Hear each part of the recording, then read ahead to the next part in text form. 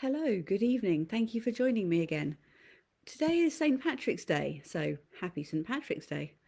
St. Patrick is obviously best known as the patron saint of Ireland, but did you know that he wasn't actually Irish?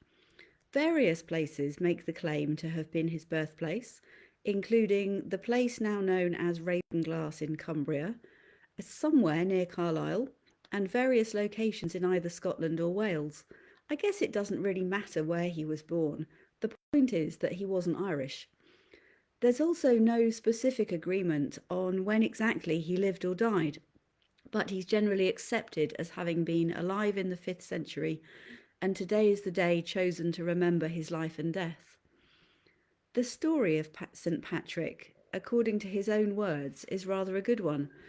At the age of 16, he was captured by Irish pirates. They took him to their land, where he was made a slave and held captive for 6 years. Patrick wrote later that those 6 years were a time of great spiritual development for him. He says that while a slave, working as a shepherd, he found a relationship with God through prayer, which eventually led him to convert to Christianity. After 6 years as a slave, Patrick heard a voice telling him that he would soon go home and that his ship was all ready for him. Patrick took that as a sign from God, ran away from his master, travelled to a port a couple of 100 miles away, and found a ship whose captain was prepared to take him back to Britain. The story goes that after 3 days sailing, they landed in Britain, left the ship, and a group began to walk together through the wilderness with no food. Seriously tired and hungry, Patrick prayed for some sort of sustenance, and shortly after, the group encountered a herd of wild boar, which obviously made him very popular with his group and encouraged some of the others to put their faith in God too. So Patrick returned home, studied Christianity, and a few years later he had a vision. He saw a man coming from Ireland with letters. The man handed him one of the letters, which was headed "The Voice of the Irish." As he read the letter, he imagined that he heard some of the Irish people crying out, "We appeal to you, holy servant boy, come and walk among us." Patrick did as the vision seemed to be commanding him, and went to Ireland as a Christian missionary. Some stories suggest that Patrick may have gone back to the port from which he'd escaped.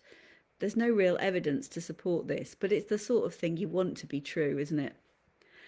Patrick himself didn't write very much about what he actually did in Ireland, although as someone who wasn't Irish and someone who was not under the protection of anyone in particular, there do seem to have been some huge difficulties and challenges in his ministry, including possibly some time in prison.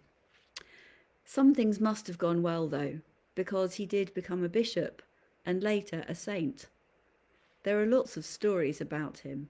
I guess most of us have heard the legend of him banishing snakes from Ireland, but I didn't know until today that he apparently chased them into the sea after they attacked him during a 40-day fast that he was undertaking on the top of a hill. And of course, the other well-known story about him is that he once tried to explain the Holy Trinity to the Irish people by showing them the shamrock, a 3-leafed plant. And because of that, the shamrock has become a particular symbol for St. Patrick and his day. There are lots of other stories too, but that's where I'm going to stop my storytelling for this evening. But as ever, I'm going to finish with a prayer. And as ever, if you'd like to make it your prayer, feel free to stick an amen in the box.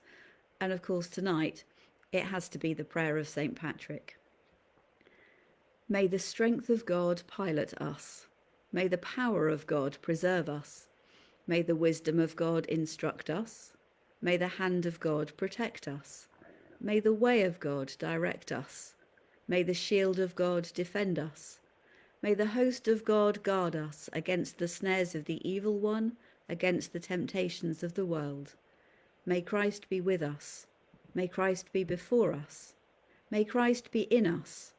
Christ be over all. May thy salvation, Lord, always be ours, this day and evermore. Amen. Thank you for joining me. See you again tomorrow, I hope.